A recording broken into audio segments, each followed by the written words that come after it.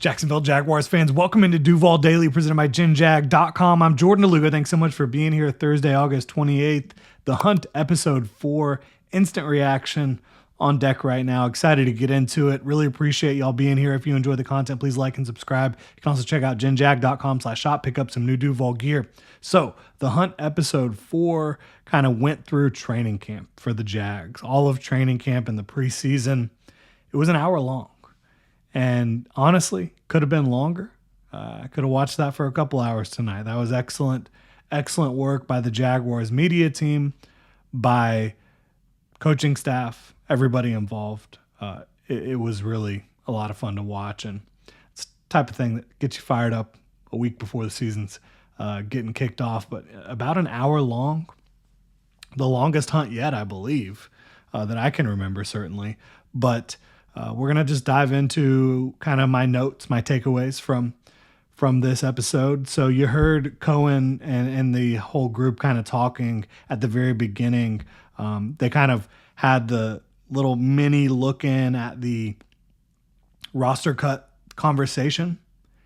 And then you heard Cohen talking about BJ Green's pressure rate. And it's just kind of funny to hear the people at the highest level of the Jaguars organization talking about some of the same things that you and I are talking about, right? Like BJ Green, how impressive he was during the preseason just from a pressure rate standpoint.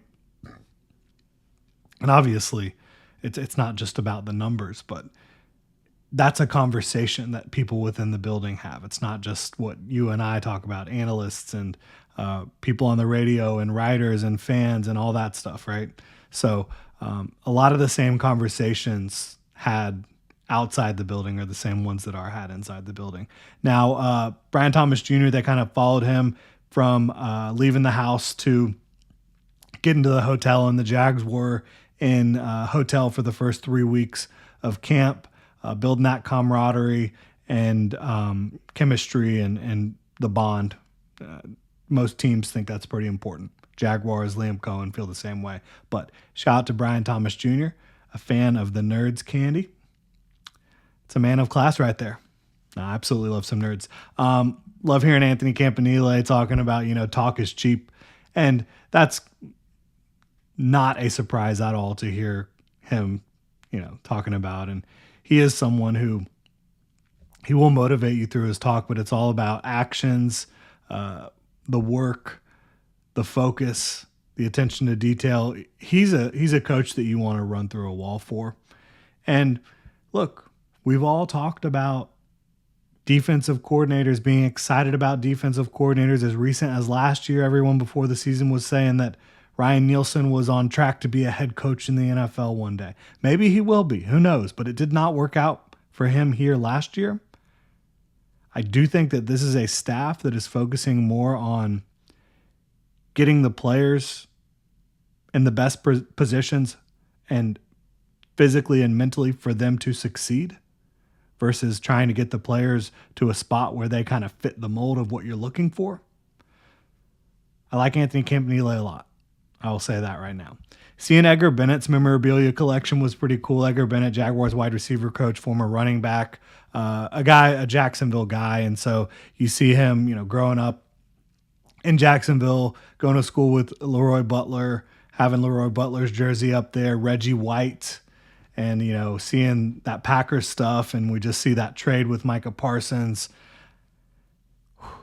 I've got the Packers in the NFC, and I've been stewing on that for a little while. This was that final piece I needed to kind of push me over the top. But seeing Edgar Bennett's collection, Michael Jordan jersey, Shaquille O'Neal jersey, the wrong Shaquille O'Neal jersey, right? That should be number 32 in Orlando, but that's neither here nor there. The Mike Tyson's punch out. But Edgar Bennett, somebody I've known about for a very long time since I was a kid, so in the 90s. So cool to see him in Jacksonville and kind of see his little office coming together at his home. I really liked hearing the team both today at practice. If you didn't see the practice recap I did earlier, when they broke the huddle after warm-ups and stretching, they broke it talking about the Super Bowl. You heard it at practice today. You heard Josh Hines-Allen talking about it on the Hunt.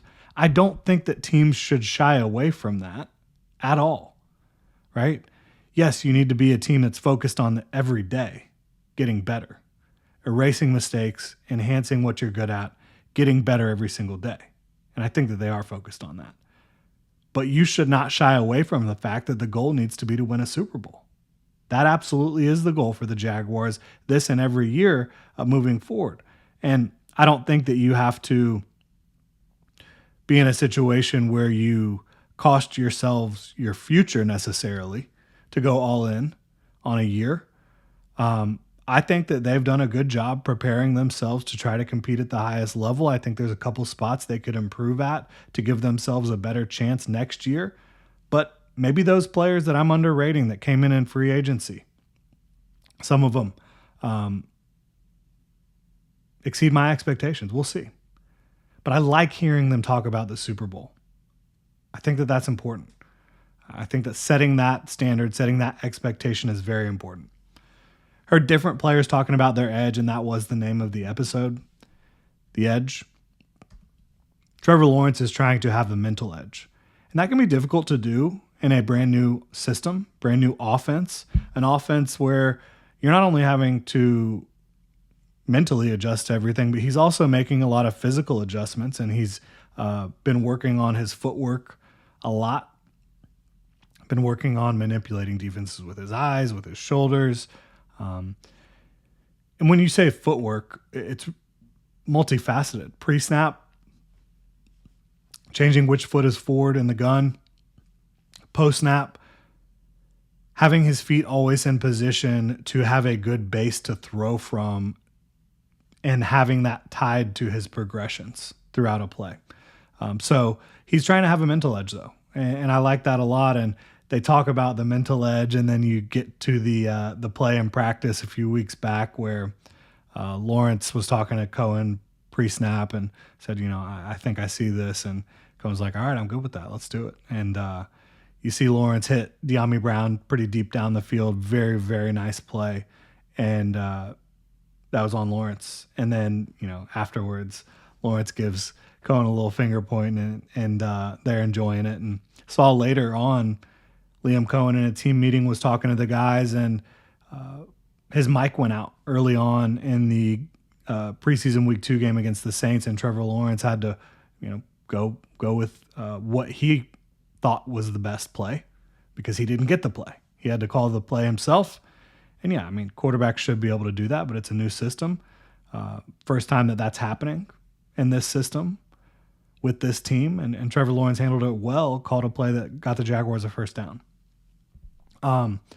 Josh Hines-Allen, talking about his edge. He still feels like he's overlooked and underrated. And I think he is. I think he's still underrated by some people within this city. I think that he's definitely underrated nationally by a lot of folks.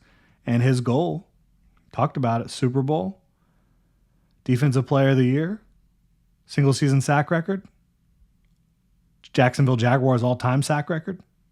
He's close to that. I think Josh Hines-Allen is ready for a monster year. Very excited about that. What's Travis Hunter's edge? They didn't interview Travis Hunter for this one, but really, what isn't his edge? It sounded to me like Liam Cohen really felt like his edge was his energy, just the energy that he can bring on both sides of the ball, the unending physical and mental endurance that Travis Hunter has. And then you had Anthony Campanile talking about he really thought that his detail on everything was really impressive. So Travis Hunter, cannot wait to see that man play football in black and teal.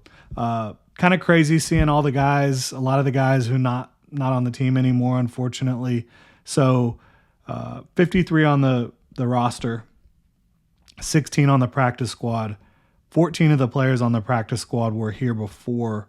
So 53 plus 14 is what? 67? It's a lot of guys on the 90-man roster gone. So seeing a lot of those guys was kind of, you feel for them. You cover them all camp, and for some of those guys, it's been multiple years. Chad Muma was here for a very long time, but his time was up. They've been drafting linebackers, they've been adding linebackers. They had, before Moo was drafted, they had Foye and Devin Lloyd in place.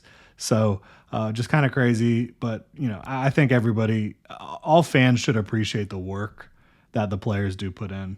Reliving the 70-yard kick was really cool. Getting the different perspectives from whether it be Trevor Lawrence or Josh Hines Allen, coaching staff, that was pretty cool.